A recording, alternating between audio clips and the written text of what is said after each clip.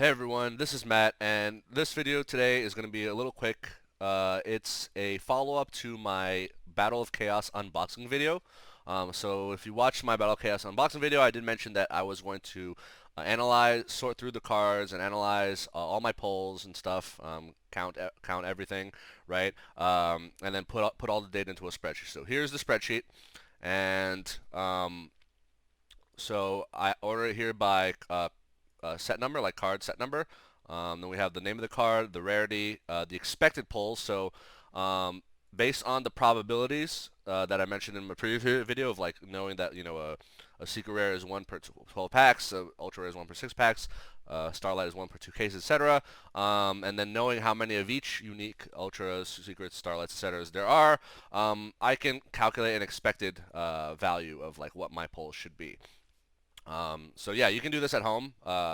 But if you find a small discrepancy with these numbers, the reason is because I'm not calculating over just 24 packs times 12 um, boxes.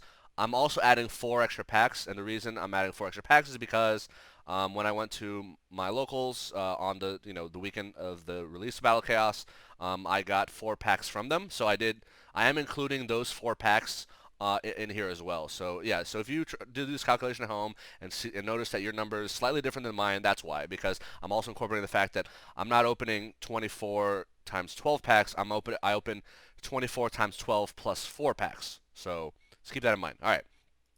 So this column is how many of each card I expected to pull, and how many I actually pulled. Right. The difference is shown here, and then the weighted. I guess it should be called weighted diff, not weighted pulls. Weighted diff. Okay. Is shown here. So green means I overperformed the expected pull, right?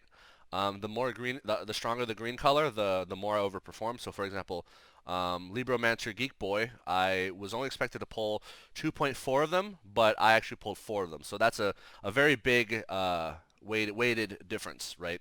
In terms of overperformance. And I think I noticed this, I mentioned this in my last video of the unboxing, that I pulled way too many of these cards and not enough Illusion of Chaos or like some of the other secrets I would have preferred.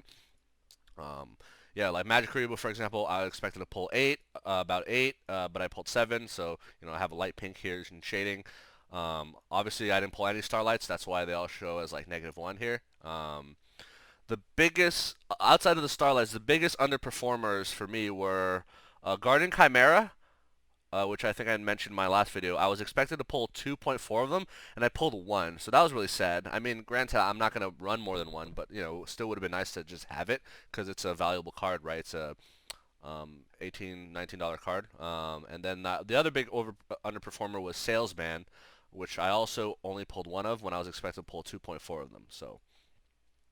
Yeah, this card is about like eight, seven, $8. So yeah, and then most of my overperformers outside of the Liberal Mancer Geek Boy were commons, right? Like so each common I was expected to pull 46 copies of, but some of them I pulled in the 60s, right? So I don't know if that's like an overprint or if the other commons were short printed. I don't know. I don't know why that is. There were a few of these, right? Like this card here, Ice Shade Erosion. I pulled 65 of them. Yeah, some of these commons are just like way overperformed, and I'm not entirely sure why that is. If you know, comment down. Yeah, leave me a comments. If you work at Konami, I'm looking at you in your short prints, right? Some of these are a little bit too coincidence to not be a short print, right? Like, because there's a lot of like pink, like light pink, where a lot of polls underperformed, and then a few like really strong ones where some polls like super overperformed. And yeah, so it's like, did you short print all of these and not the? I don't know, like what when you overprinted. I'm not sure why that is or why this happened, but anyway. So yeah, so I also have a column here for low price and average price. So on TCGplayer, I can get the lowest price of a near mint um, of the card. So I just looked it up what the lowest verified near mint is, and an average price is like what they have listed as either their market price or like their median price or whatever. So this is the average price, right? So I pulled both of these the data from both of these columns from off TCGplayer. I had to do this manually, but there is a way to automate this. The problem is using APIs, but the problem is that sites like TCGplayer, Yu-Gi-Oh! Prices.com, etc. They have not yet fully updated their API to include all the new Battle of Chaos cards. So unfortunately, I had to do this manually. But normally, I have a script, like a function that I run to pull these automatically. It wasn't too bad. Like I alphabetized and then just went through one by one. It was fairly easy. Like it's only 100 cards, right? Um, and then total low is I took the low price multiplied by how many I pulled. So Libromancer, a low price is 7.29. I pulled four of them. So at worst, they're worth $29.16. At best, or on average, it's worth $32, right? So I calculated the price of how much I actually pulled here, right? And then at the very, very bottom, I summed it all up. So yeah, so I got that the total value, like monetary value of all the cards that I pulled, based on these calculations, on the low end is $758. On the average end, it's $920. And I spent $660 on this case. So both of these numbers definitely beat out this number. But I will say that if I did not, most of this, at least for the low number, is contributed by the Dark Magician 25th anniversary Bandai art. That alone costs 150 is a $155 to 160 some dollar card according to TCG player pricing. So just this put this over the edge. Like if you take this number and you subtract this number, it would definitely be less than this number. So yeah, this card by itself saved the case from being mediocre, right? Granted, there's still the average number, and maybe you could argue like, oh, on average, like these cards, without the Dark Magician, I still could have gotten to above this price, but yeah, and then you could also make the argument, oh, all these cards will go up over time. The older they get, since these are first editions, like maybe some of these like penny stonks are gonna be very valuable in the future, etc. Right? Like people are gonna start seeing the value of Illusion of Chaos or whatever other cards, and maybe the price will go up. Maybe, but as of right now, I already made more than my money back. Of course, it's in the form of cardboard. It's not in the form of actual currency. I would have to figure out a way to actually sell most of these to make a lot of this money back. It's like, for example, you might think like, oh, Ice Jade Erosion. Who wants to buy 65 copies of Ice Jade Erosion? I don't know, right? Like, so yeah, I'll have to figure out how to eventually convert some of the some of these cards I do want to keep, like the Libromancer core I want to keep. I want to keep like obviously Illusion of Chaos, the Blue Eyes cards, etc. But maybe some of the Nordic stuff, which is kind of cool, all the Dino Morphia. But like even the Dino cards, a lot of the Dino Waifu cards, a lot of them are commons, and I have like so many of them, right? So it's like yeah, I want to say that the value of these cards are going to significantly go up after the new support for the Dino Waifus come out in the future set.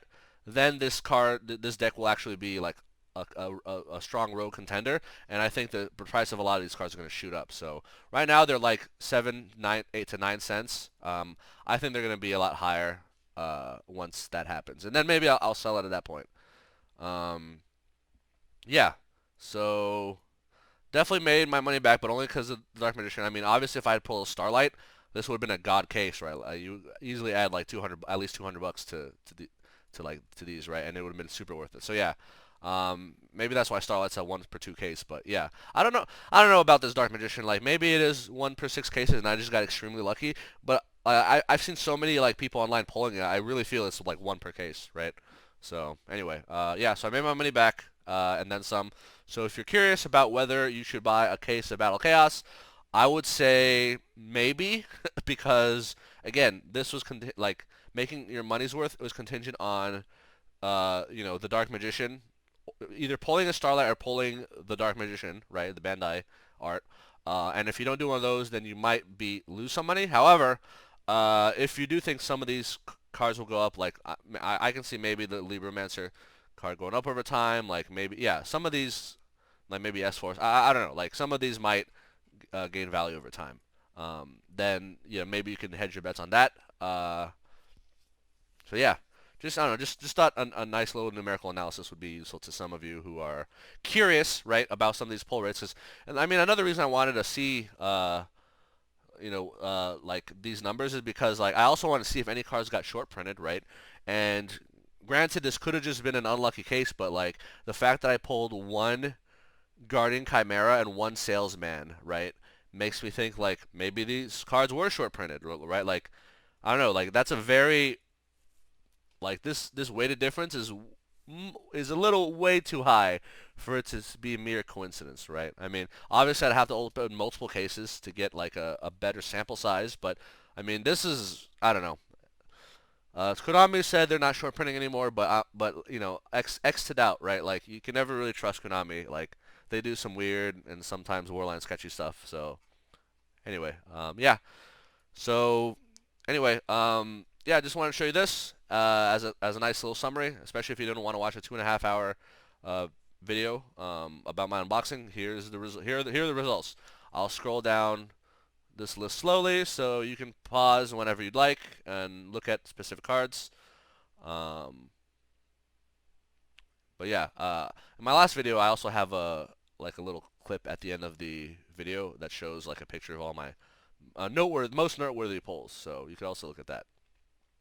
All right, well, thanks for watching, and see you in the next video.